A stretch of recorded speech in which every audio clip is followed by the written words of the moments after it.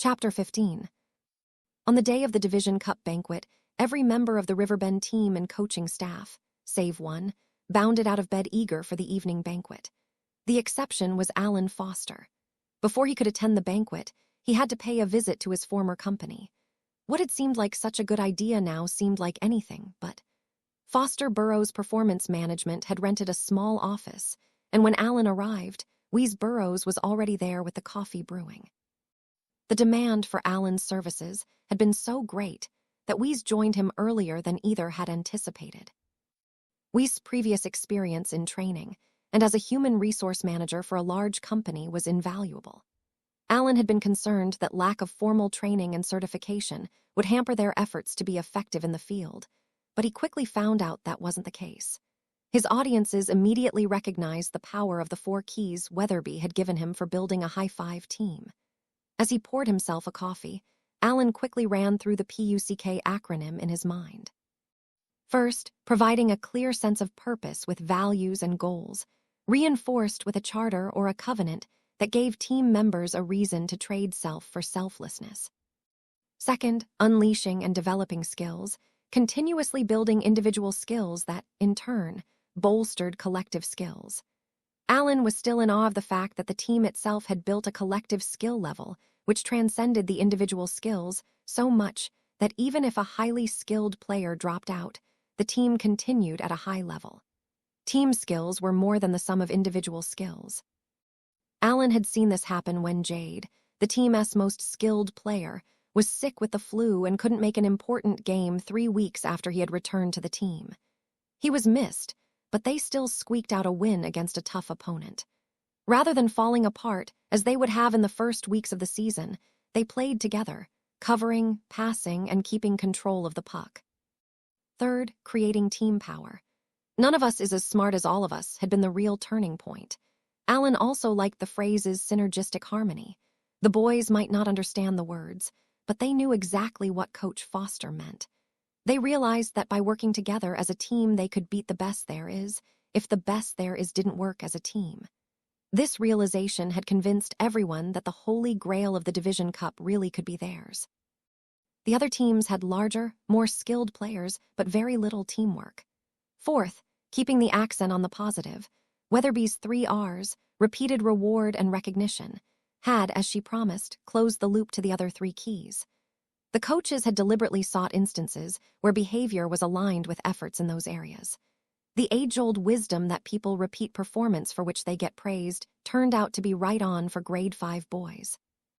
Praise was acknowledged with big grins and dedication to doing even better. While Alan was convinced of the power of what he had learned from Weatherby, he confessed to his partner, "I don't mind telling you, Wes, I'm worried about this assignment. George Burton may throw a fit when he sees me." As he so often did, Wes put the matter in perspective. "What's the worst that can happen? Is Burton going to fire you again? Go in there, man. Stand tall. Think big. Act big. Be big. You're going to be a sensation, same as always." For moral support that afternoon, Wes accompanied Alan. "What are you muttering?" Wes asked as they walked up to the company's front entrance. "Stand tall. Think big. Act big. Be big," said Alan. "Just remembering your advice."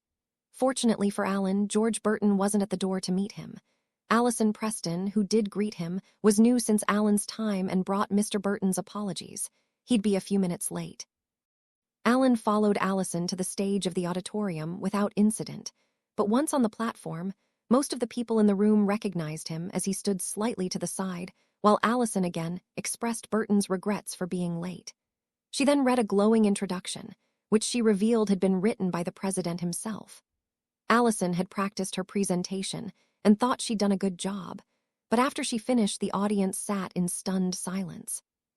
Somehow this had to be a colossal April Fool's joke. The month was right, but it wasn't the first. The silence continued as Alan walked to center stage. "Good morning, friends and former associates. It's good to be back. As you can tell from the introduction, I've taken up a new career since I last saw you," Alan began bravely, then thudded to a halt as George Burton entered at the back of the room. Most of the audience looked over their shoulders to see what had caused Alan to stop so abruptly. What they saw was their president gaping and speechless. "Before I begin my presentation today, I'd like to say a few words about Mr. Burton." Alan's voice floated out over the heads that immediately snapped back to face him. The 700 employees all had the same thought. It's going to hit the fan. This was followed by a second. I wouldn't miss this for the world. In the past few months, I've had the opportunity to visit many different companies and organizations, and I've met a number of presidents and had the chance to assess them, continued Alan as his audience edged to the front of their chairs in anticipation of the bombshell about to drop. I can tell you that this company is darn lucky to be led by Mr. Burton. He has energy, drive, and vision. He has had the guts to clean out some deadwood that needed cleaning out, deadwood that should have been dealt with long before he came here. When you cut deadwood from a tree, the tree is healthier. Sometimes even the deadwood benefits. My grandmother once told me about the Appaloosa tree. When wood falls from the Appaloosa tree, she said, it begins to root and soon a fresh, new tree springs up. Alan paused and looked out over the audience before adding, I must be Appaloosa. From the back of the auditorium came the sound of one person clapping enthusiastically. The audience turned again. It was Mr. Burton clapping. Others joined in what became thunderous applause. You should have heard him, we said to Weatherby at the banquet that evening. Alan gave an inspired presentation. George Burton, the one who had him fired, led a standing ovation when he was finished. He wants Alan to come back to work for him. Weatherby wheeled on Alan. You're not going to, are you? I am.